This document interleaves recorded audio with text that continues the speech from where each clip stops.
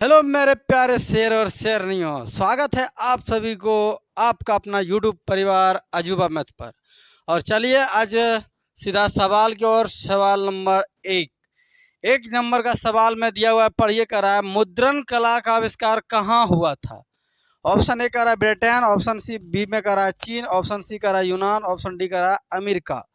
तो मुद्रण कला का आविष्कार जो है सबसे पहले हुआ था, तो ऑप्शन नंबर वो बी हो जाएगा, यानी चीन में हुआ था। कहाँ पे हुआ था? चीन में हुआ था। वो चीन में जब हुआ था तो वो जब मुद्रण का लगा तो वो 15वीं शताब्दी था। कौन शताब्दी था? 15वीं शताब्दी था। अच्छा, अगर वो मुद्रण कला का आविष्कार जो हुआ था वो 15वीं शताब्दी में हुआ था, तो अभी जो 2024 चल रहा है वो कौन सा शताब्दी है, जरा आप बताइए। तो अगर नहीं जानते हैं तो वो याद कर लीजिए। वो देखिए 21वीं शताब्दी, 21वीं शताब्दी गलत लिखा गया था हमको। 21वीं शताब्दी, शताब्दी का जो है ना तीसरा दशक है। अभी जो चल रहा है वो 21वीं शताब्दी का तीसरा दशक है।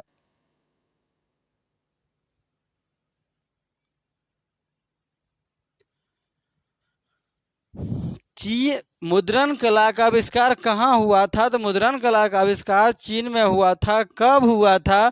तो 15वीं शताब्दी में हुआ था। अगर वो मुद्रण कला का आविष्कार 15वीं शताब्दी में हुआ था, तो अभी जो 2024 चल रहा है वो कौन सा शताब्दी है? तो वो जो है आपका आंसर हो जाएगा उसका 21वीं शताब्दी का तीसरा दशक है। 21वीं शताब्दी का तीसरा दशक है। नेक्स्ट अगला सवाल, और सवाल नंबर हो जाएगा 2। अभी आपने 1 नंबर का सवाल देखा था और अगला सवाल हो जाएगा आपका 2 नंबर। 2 नंबर में कह रहा है कि विश्व की प्रथम पेपर मिल की स्थापना कहाँ हुई थी? विश्व में, यानी विश्व में कितना देश है? तो अभी हमने एक शॉर्ट वीडियो डाले थे, उसमें विश्व के देश के बारे में बताए थे। उसमें 195 देश है। तो 195 देश में सबसे पहले पेपर जिस पर पढ़ता है, लिखता है, न्यूज आता है, सारे पेपर मिल का स्थापना सबसे पहले कहाँ हुआ था? तो ऑप्शन ए करा है जर्मनी में, ऑप्शन बी करा फ्रांस में, ऑप्शन सी करा चीन में, ऑप्शन डी करा इंग्लैंड में। तो ये भी काम जो है ऑप्शन नंबर सी यानी चीन में ही हुआ था। चीन में ही हुआ था पेपर मिल का स्थापना सबसे पहले। नेक्स्ट अगला सवाल, सवाल नंबर 3 नंबर का सवाल में कहता है कि 95 थीसिस किसने लिखी थी? एक नाम था उसका, 95 थीसिस किसने लिखी थी? कौन लिखा था? ऑप्शन ए में कह रहा रूस ने, रूसो, ऑप्शन बी में कह रहा कार्ल मार्क्स, ऑप्शन डी में कह रहा मार्टिन लूथर, ऑप्शन डी में कह रहा गुटेनबर्ग। तो इसका 95 थीसिस जो लिखा था ऑप्शन नंबर सी वाला लिखे थे। कौन लिखे थे? Martin Luther. Martin Luther, Martin Luther ने 95 थीसिस लिखा था। तो 3 का आंसर हो जाता है ऑप्शन नंबर सी। और नेक्स्ट अगला सवाल, सवाल नंबर हो जाएगा 4। और चौथा नंबर सवाल में कह रहा है कि मिरात उल अखबार के संस्थापक कौन थे? मिरात उल अखबार का संस्थापक कौन थे? तो इसका ऑप्शन ए में कह रहा राजा राम मोहन राय, ऑप्शन बी में कह रहा मौलाना अब्बुल कलाम आज़ाद, ऑप्शन सी में कह रहा मनमोहन घोष, ऑप्शन डी में कह रहा खान अब्दुल गफ्फार खान। तो मिरात उल अखबार का संस्थापक ऑप्शन नंबर ए वाला हो जाएगा, यानी राजा राम मोहन राय। राजा राम मोहन राय जो है मिरात उल अखबार का संस्थापक था। अब बताइए कि मिरात उल अखबार का संस्थापक राजा राम मोहन था, तो ये प्रकाशन कब हुआ? तो ये जो है प्रकाशन हुआ था यानी 12 अप्रैल 1822 ईस्वी में। कहाँ हुआ था? 1822 ईस्वी में हुआ था।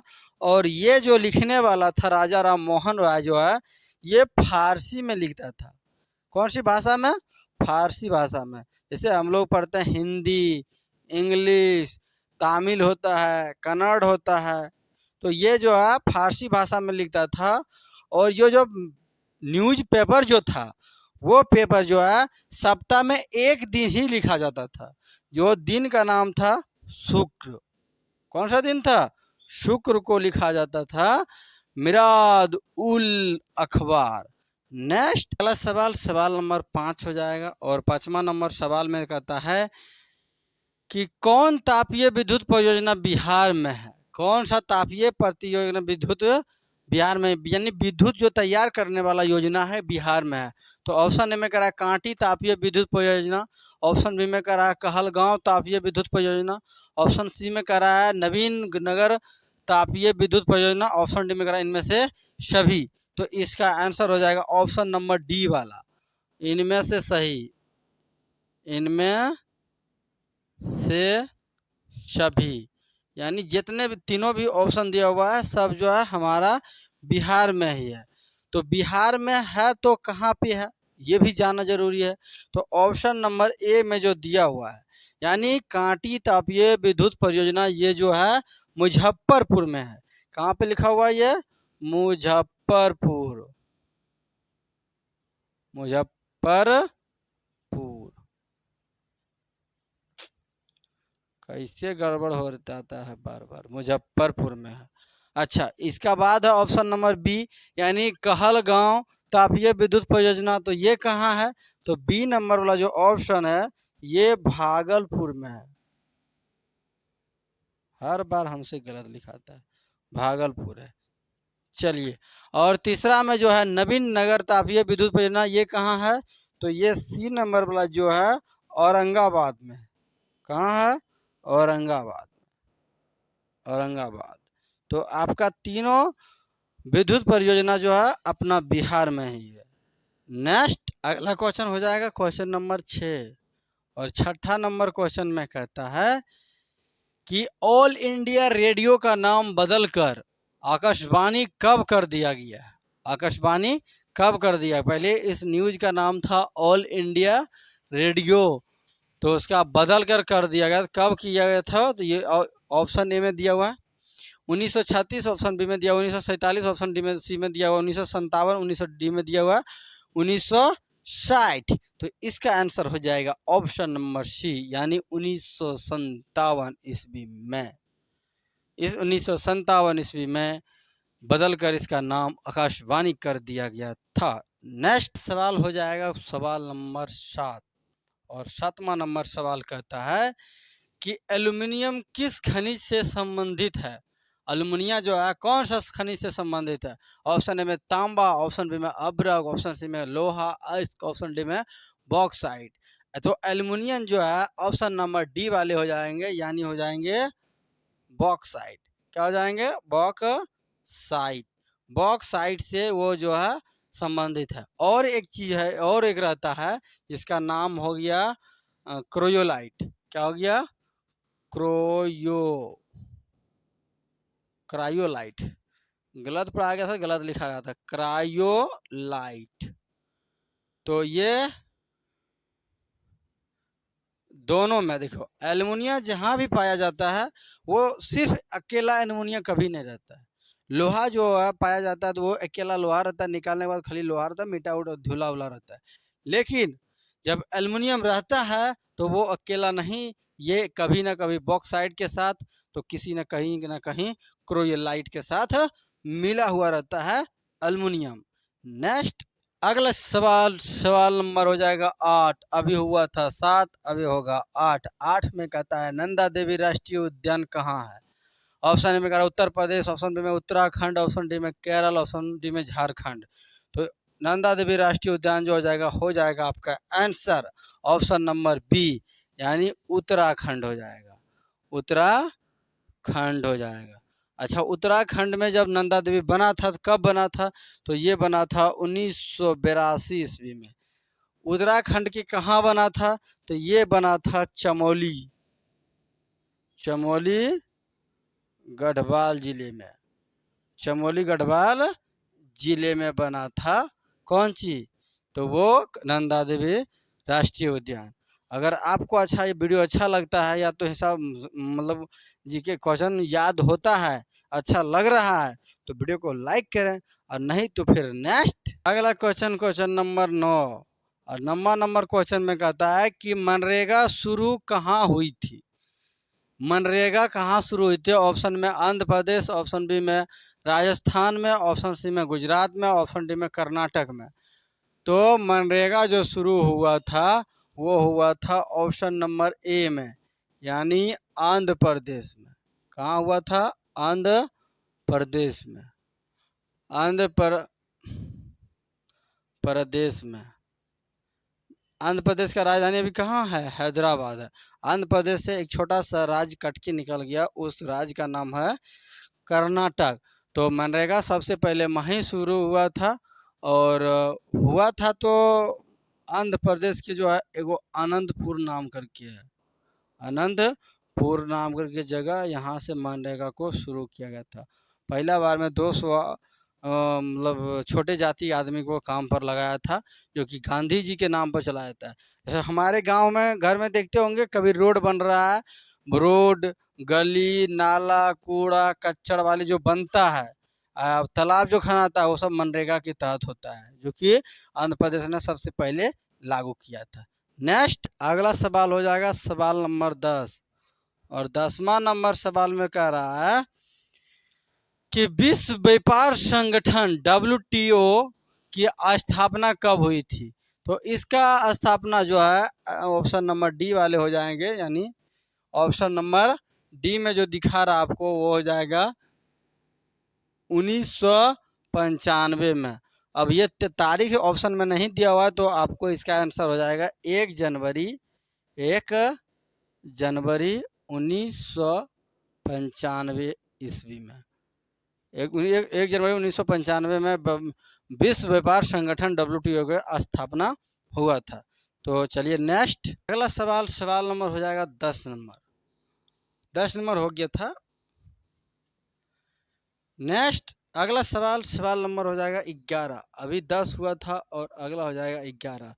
11 नंबर में कहता है कि प्रथम राष्ट्रीय मानव विकास रिपोर्ट किस प्रधानमंत्री के कार्यकाल में जारी हुआ था? तो प्रधानमंत्री बहुत सारे हुए थे। 1947 में जब हमारा भारत हुआ था तो प्रथम प्रधानमंत्री पंडित जवाहरलाल नेहरू ने बना था। तो तब से ही यहाँ पे प्रधानमंत्री का चुनाव होते आ रहा। और ये नीति कब हुआ था? तो ऑप्शन में कहा जनवरी 1900 नहीं, कब हुआ था? तो ये हो जाएगा किसके काल में हुआ था? ऑप्शन ए में इंदिरा गांधी, ऑप्शन बी में करा राजीव गांधी, ऑप्शन सी में करा अटल बिहारी वाजपेयी, ऑप्शन डी में करा मनमोहन सिंह। तो प्रथम राष्ट्रीय मानव विकास रिपोर्ट जो हुआ था वो ऑप्शन नंबर बी वाला हो जाएगा। ऑप्शन नंबर बी वाला कौन हो जाएगा? राजीव गांधी के समय में मानव विकास रिपोर्ट का मानवाधिकार हुआ था। नेक्स्ट सवाल नंबर हो जाएगा 12, और 12वां नंबर सवाल में कहता है कि नीति आयोग का गठन कब हुआ था? नीति आयोग का गठन कब हुआ था? तो ऑप्शन ए में करा जनवरी 2015 में, ऑप्शन बी करा जनवरी 2016 में, ऑप्शन सी में करा फरवरी 2017 में, ऑप्शन डी में करा फरवरी 2018 में। तो इसका नीति आयोग का गठन हुआ था ऑप्शन नंबर ए, यानी हो गया था जनवरी 2015 में। तो इसको भारत सरकार ने लागू करता है, तो इसलिए इसका पूरा अथी हो जाएगा 1 जनवरी का, यानी तारीख नहीं दिया हुआ था तो 1 जनवरी का हो जाएगा। ऑप्शन नंबर ए होगा, लेकिन यहाँ पे हो जाएगा 1 जनवरी 2015 ईस्वी में। नेक्स्ट अगला सवाल नंबर 13। अभी हमने 12 किए थे, अगला हो जाएगा 13। और 13वां में कहता है कि ग्रामीण बैंक के संस्थापक कौन थे? ऑप्शन में करा प्रोमो यूसुन, ऑप्शन बी में करा अमृत सेन, ऑप्शन सी में करा बिमल जलान, ऑप्शन डी में करा सी रंगराजन। तो इसका हो जाएगा ऑप्शन नंबर ए ग्रामीण बैंक हो जाए, जिसको अभी दक्षिण बिहार ग्रामीण बैंक कर दिया। उसका पहले नाम था ग्रामीण बैंक। तो उसका संस्थापक जो था वो मतलब मोहम्मद, और क्या बताए थे अभी ऑप्शन में? यूनुस था, सॉरी गलती बोला जा रहा था। तो ग्रामीण बैंक का जो संस्थापक था वो ये प्रो से मतलब प्रोफेसर, मो से मतलब मोहम्मद यानी मुस्लिम का नाम है, और यूनुस यूनुस यूनुस ने ग्रामीण बैंक के संस्थापक था। नेक्स्ट अगला सवाल, सवाल नंबर 14। अभी तो 13 सवाल हुआ था, 14वां नंबर सवाल में है कि बिहार में अति जल दोहन से किस तत्व का संकेंद्रण बढ़ा। अति जल दोहन से कौन सा तत्व का संकेंद्रण बढ़ा। तो ऑप्शन ए में करा फ्लोराइड, ऑप्शन बी में करा क्लोराइड, ऑप्शन सी में करा आर्सेनिक, ऑप्शन डी में करा लोह। तो इसका बढ़ोतरी हुआ था जो बिहार में, वो लोह हो गया था। ऑप्शन नंबर डी हो जाएगा, यानी लोह। कौन सा हो जाएगा, लोह हो जाएगा। नेक्स्ट अगला सवाल हो जाएगा सवाल नंबर 15। अभी हमने 14 किए थे और 15वां नंबर सवाल में देखिए क्या कहता है। आप देख रहे हैं तो लास्ट वीडियो देख लीजिए, लास्ट सवाल है। करा चिपको आंदोलन के प्रवर्तक कौन है। ऑप्शन ए में करा मेघा पाटेकर, ऑप्शन बी में करा है सुंदरलाल बहुगुणा, ऑप्शन सी में करा विनोबा भावे, ऑप्शन डी में करा है कैलाश सत्यार्थी। तो इसका चिपको आंदोलन के प्रणेता जो चलाया था उसका नाम था ऑप्शन नंबर बी वाला, यानी सुंदर लाल बहुगुणा। कौन था, बहुगुणा था। सुंदर लाल बहुगुणा चिपको आंदोलन चलाया था, लेकिन कब चलाया था आपको याद है, नहीं याद है। तो ये हो जाएगा आपका 1973 ईस्वी में। तेरी गजब होने लगा मेरे साथ। 1973 ईस्वी में कहाँ चलाया गया था, तो ये उत्तराखंड में। क्या कहाँ चलाया था, उत्तराखंड में। क्यों चलाया था पता है, ये जो है ना, जब हमारे भारत गुलाम थे, 1973 की बात है, 1947 में हमारा भारत आज़ाद हो गया था। तो 1973 के बाद जो है कुछ मतलब अधिकारी लोग पेड़ को काटे रहे थे, पहले काट रहे थे। तो जब काट के वो जो ना वन को बाहर भेज देता था। तो बाहर भेजने के बाद क्या किया था, सुंदरलाल बहुगुणा जी को अफसोस हुआ था कि अगर इस तरह से मेरा भारत में पेड़ कटते रहे, उत्तराखंड में पेड़ कटता रहे, तो हमारे उत्तराखंड की पूरी भूमि वायु प्रदूषित हो जाएगा, पर्यावरण दूषित हो जाएगा।